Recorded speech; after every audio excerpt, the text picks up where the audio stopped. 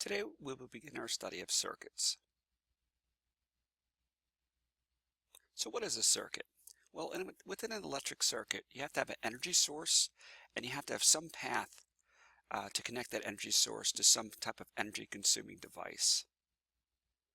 In this case, like a battery and an MP3 player. And within the battery, a chemical reaction occurs that transfers electrons from one terminal to the other. And it raises the energy per charge within the battery. So one end of the battery has more energy per charge than the other does. And this maximum difference is called electromotive force. The potential difference between the positive terminal and the negative terminal is called the electromotive force. It's kind of like the potential energy that's been added to each charge. Just like a ski lift raises the gravitational potential energy of the skiers, the battery does the same thing with the charges. It actually gives it more potential energy per charge, and this EMF is called commonly the voltage of the battery. And it's measured in volts, which is just basically a joule per coulomb, or how much energy there is per unit charge when you think about it. Energy per charge. So as you get charge to actually flow through a wire because you're giving it some type of potential or some type of reason to move from one end of the wire to the other, you create what's called electric current. And electric current is just the charge per unit of time that passes through a surface that's perpendicular to the motion of the charge. So how many of these charges per second go through the wire? So by definition, current would be how much charge there is per unit of time. And it's measured in amperes, and amperes is just a fancy name for how much charge per time, or coulombs per second.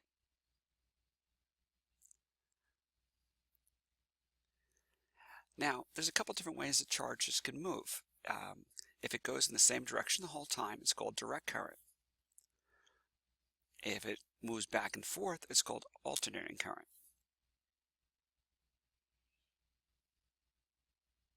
So let's look at an example. The current in a 3-volt battery of a pocket calculator is 0.17 milliamps. In 1 hour of operation, how much charge flows in the circuit? And B, how much energy does it deliver to the circuit? So let's look at the first part of it. Current, as we know, is charge per unit of time. So we have an equation for current, charge per unit of time. All we have to do is solve it for time. That's going to be solve it for charge. So charge is equal to the current times time. And that comes out to be coulombs. Because remember what an amp is.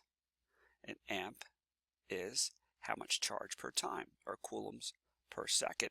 So the seconds cancel out and you're left in coulombs. Alright, let's look at part B.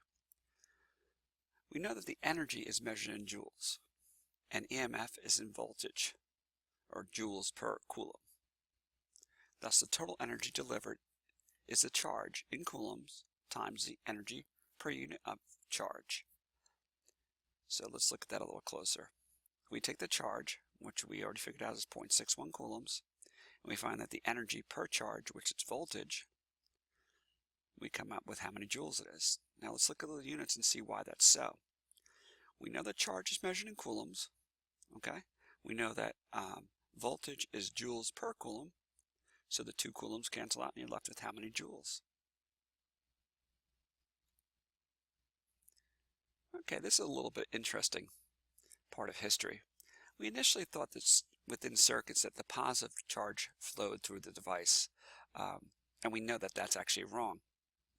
It's actually the negative electron that's flowing through the circuit, because the positive protons can't move. So we assume that the positive charges are moving this way through the circuit. In reality, electrons are moving the opposite way. So for when we analyze circuits, it really doesn't matter which way we think of it, so we'll stick with the conventional idea and think of positive charges as moving through the circuit. In reality, negative charges are moving through the circuit in the opposite direction, but it really doesn't make a difference.